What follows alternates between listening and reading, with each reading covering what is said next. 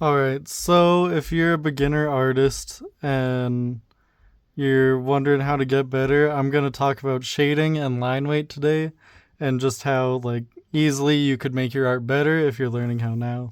So right here I have some Norman Rockwell paintings that I'm looking at, and like the these are all just paintings but like the same concept if you were to just do this in pencil like I am. Um to get the general idea of it is like I'm gonna get this sketch, and like if you want to Im- just improve the general look of your artwork with shading, I would recommend to just shade in one direction.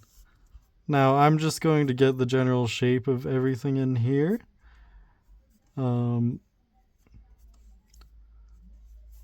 so if I were to start shading this dress, instead of focusing on like all the plaid, I mean, you could get some like general lines for this skirt to get the idea in, a few darker lines.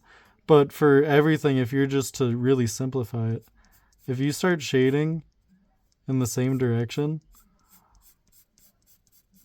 it'll make your art look so much better than if you were to do the same thing. But like if you're just like messily scribbling it in like this, which I mean there's times you could get different like textures or like just vary up what you're doing that, but if you're trying to keep things simple in a sketch and you want a like nice clean look, um I would recommend just keep your shading going in one direction. It doesn't need to be diagonal like that. It could be straight up. It could all be sideways. But if you have that kind of unity going in your line, it'll go a lot better. And there's all these folds on her shirt here, and that might like seem complicated to you. I say like too much. I'm trying to stop it. But just a few lines. One, two, like three, four, boom, boom. If you can just simplify things in those big shapes and gestures, then that's all you need to get the idea across. So let me do that here for you to give you an example. And at lines of contact, like here and here, I would recommend going a lot darker with the line. And since this is darker than that, I would actually go back and make this a lot darker. But just those things of getting the gesture of it. And we could look at all these different folds and there's all these different shadings, but just try and break it down into at least light and dark to start, you know?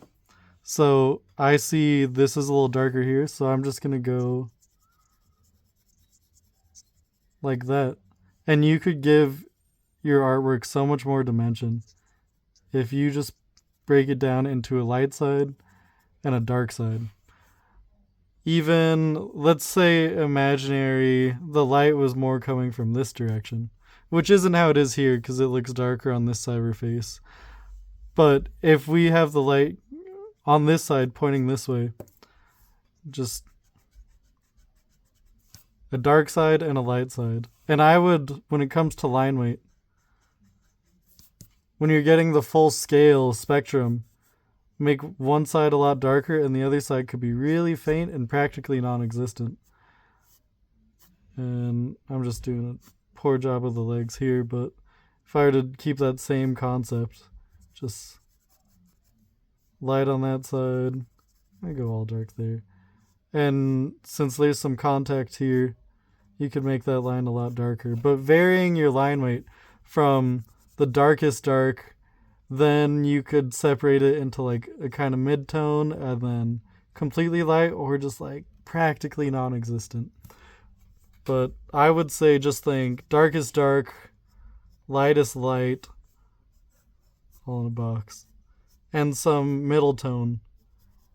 And if you could have that going and just break things up into that idea, it'd be great. And if you don't believe me, I'm gonna look at another painting in here. Where is it? This one. Or it's a sketch from the same artist, Norman Rockwell. And just look at these points of contacts or these parts under shadow. If the light is above here, then he makes this chin so dark, this collar so dark right there. and like this line on the shoulder is practically non-existent.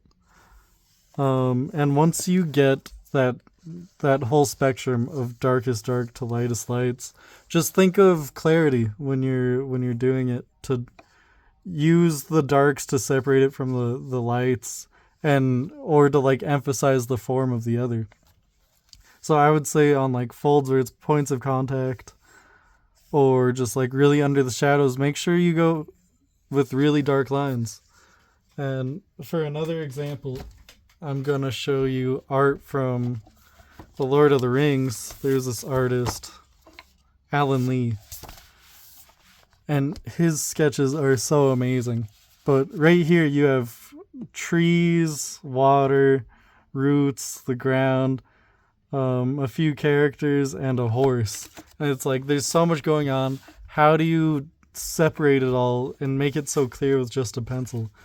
And it's just using that scale from the darkest dark to the lightest lights to make things stand out from each other, and using different lines to make it unique or distinct from the other. Like, look at this tree right here. He's just shading in one line right here. Oh, that's so good. But then we have these characters. He's way darker than this tree, and that helps him stand out.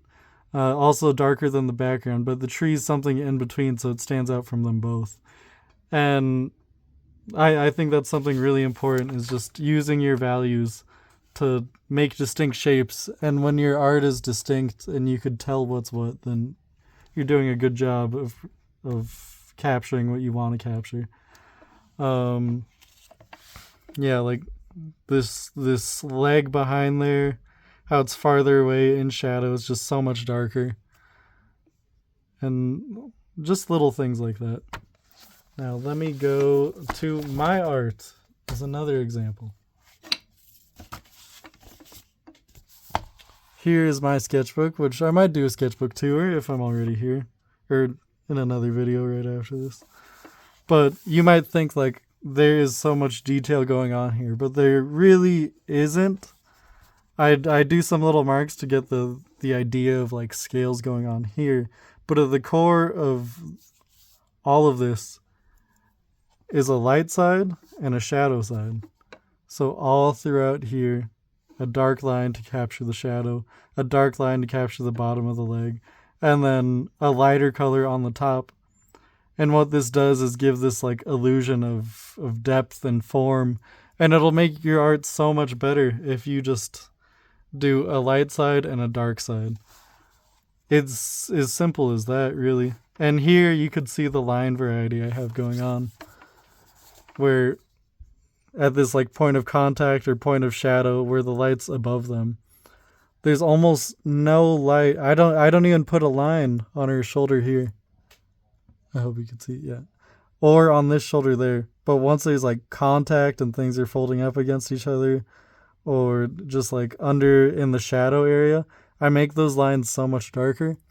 And that line variety of bold, thick, dark versus like a very faint or non-existent light line will make your art look so much better. Like here on this, not even just people, if it's going to architecture, if this side is under it, I'm going to make those lines like darker and thicker. And that line variety helps capture the space and form of it. Just so much darker there.